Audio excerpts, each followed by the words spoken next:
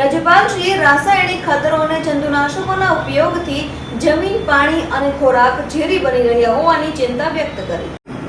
ગુજરાતમાં પ્રાકૃતિક ખેતીને વધુ વેગ આપવા રાજ્યપાલ આચાર્ય દેવવ્રતજીએ મહત્વપૂર્ણ સૂચનાઓ આપી છે.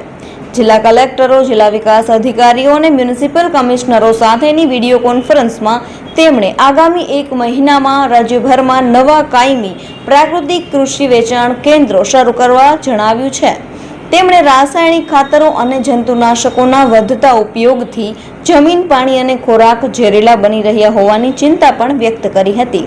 મુખ્યમંત્રી શ્રી ભૂપેન્દ્ર પટેલે આ અભિયાનને મિશન મોડમાં આગળ વધારવા અને વધુમાં વધુ ખેડૂતોને પ્રાકૃતિક ખેતી તરફ વાળવા અનુરોધ કર્યો હતો.